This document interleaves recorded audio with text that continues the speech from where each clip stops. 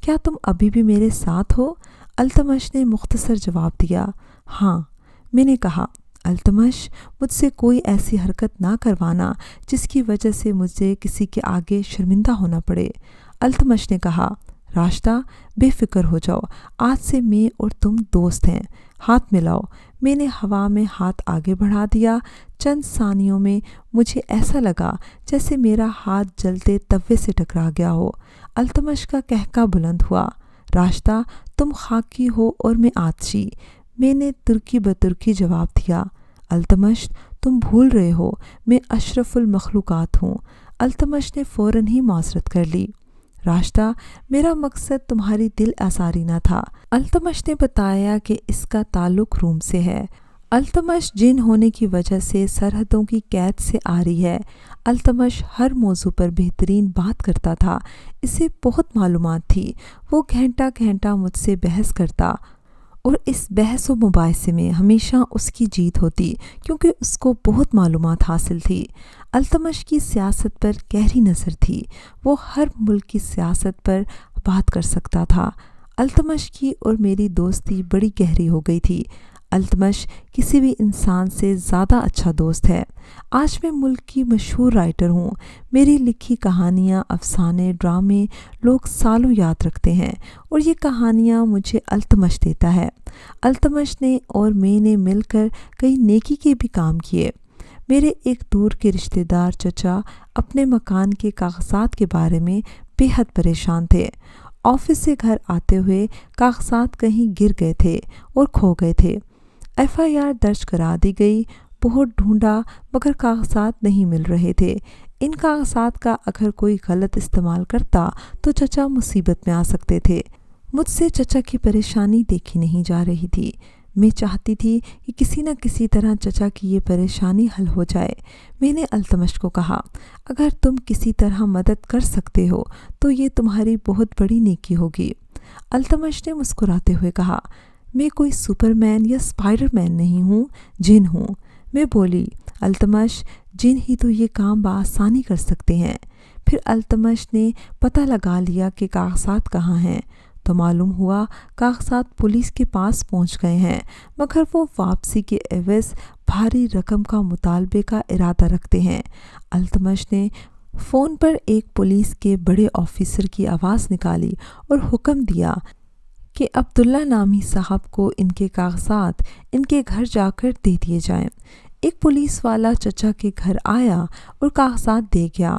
یوں چچا عبداللہ کی مدد التمش نے کی۔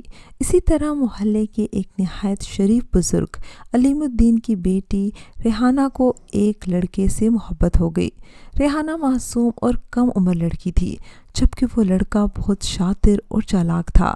وہ ریحانہ کو دھوکہ دے رہا تھا۔ ریحانہ کو نہ جانے کیا کیا خواب دکھائے کہ وہ اس کے ساتھ فرار ہونے کا منصوبہ بنا بیٹھی۔ اس لڑکے نے ریحانہ کو نقدی اور زیورات بھی چرا کر لانے پر راضی کر لیا۔ ایک دن مذاق مذاق میں التمش نے مجھے کہا، راشدہ، آج رات تمہارے محلے کی ایک لڑکی اپنے عاشق کے ساتھ فرار ہو جائے گی۔ میں نے پوچھا، کس کی بات کر رہے ہو؟ التمش نے بتایا، علیم الدین کی بیٹی ریحانہ، وہ ایک برے انسان کے بہکاوے میں آ گئی ہے۔ میں نے التمش کو کہا، جب ریحانہ گھر سے نکلے تو ہم کسی نہ کسی طرح اس کو روک لیں گے۔ التمش نے مسکرا کر جواب دیا، بی بی راشدہ، مجھے جن ہی رہنے دو، فرشتہ نہ سمجھو۔ ہر روز نہ جانے کتنے واقعات ہوتے رہتے ہیں، میں کس کس پر پہرے لگاؤں گا؟ میں تمہارا دوست بنا ہوں، تمہارے محلے کا چوکیدار نہیں۔ میں نے کہا، التمش، علیم الدین صاحب اس بڑھاپے میں یہ ذلت برداشت نہیں کر پائیں گے۔ معصوم ریحانہ بھی برباد ہو جائے گی، اور پھر تم بھی تو کہہ رہے ہو کہ وہ لڑکا برا آدمی ہے۔ تم میرا ساتھ نہ بھی دو تب بھی میں یہ سب جانتے بوجھتے نہیں ہونے دوں گی۔ التمش نے کہا، راشدہ، تم ہی خدائی فوجدار بنو۔ التمش وہاں سے چلا گیا، مگر رات اس نے مجھے سوتے میں اٹھا کر کہا، ریحانہ بھاگ رہی ہے، روکنا ہے تو اس کو روک لو۔ میں نے جلدی سے دوپٹہ لپیٹا اور چپاک سے باہر نکل گئی۔ لڑکا گھر سے تھوڑا دور کھڑا ہوا تھا، جبکہ ریحانہ گھر سے نکل کر لڑکے کی طرف قدم بڑھا رہی تھی۔ اس کے ہاتھ میں سفری بیگ تھا، بیگ بھاری تھا۔ اس لیے ریحانہ کی رفتار چونٹی جیسی تھی۔ میں پل بھر میں ریحانہ کے سر پر پہنچ گئی۔ میں نے ریحانہ کے گال پر ایک زوردار تھپڑ رسید کیا اور اس کے گھر کی طرف اس کو واپس دھکیلا۔ لڑکا میرے سامنے آ کر کھڑا ہو گیا۔ میں اندر سے ڈر گئی مگر بظاہر مضبوطی سے کھڑی رہی۔ میں نے لڑکے کو للکار کر کہا، خبیث، دفع ہو جاؤ یہاں سے، ورنہ ابھی شور مچا کر پورے محلے کو اکٹھا کر لوں گی، پھر تو جانتا ہے کہ تیرا کیا حشر ہوگا۔ خوف یہ تھا کہ خبیث کوئی الٹی سیدھی حرکت نہ کرے، کیونکہ شور مچانے پر ریحانہ کی بھی بدنامی ہوتی۔ التمش نے میرے کان کے قریب سرگوشی کی، پنجابی فلموں کی ہیروئن لگ رہی ہو، بس تمہارا وزن تھوڑا کم ہے۔ التمش کی اس بات پر میں ان حالات میں بھی مسکرانے لگی۔ ریحانہ واپس گھر کی طرف پلٹ گئی۔ ریحانہ کا پلٹنا تھا کہ التمش نے اس لڑکے کو مکے اور لاتیں رسید کرنا شروع کر دی، اور وہ گھبرا گیا کہ سامنے تو کوئی نہیں، پھر کون بری طرح سے پیٹ رہا ہے۔ التمش اس کی دھلائی کر کے میرے ساتھ گھر واپس آ گیا۔ مردود اب کبھی کسی لڑکی کو نہیں ورغلائے گا۔ التمش، تم نے اتنا مارا کہ اس کے عشق کا جن اتر گیا ہوگا۔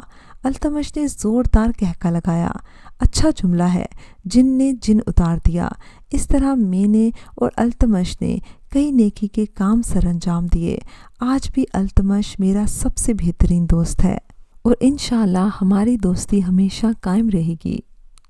ویورز، مجھے امید ہے کہ آپ کو ہماری آج کی کہانی پسند آئی ہوگی۔ کمنٹ سیکشن میں اپنی رائے کا اظہار لازمی کیجیے گا۔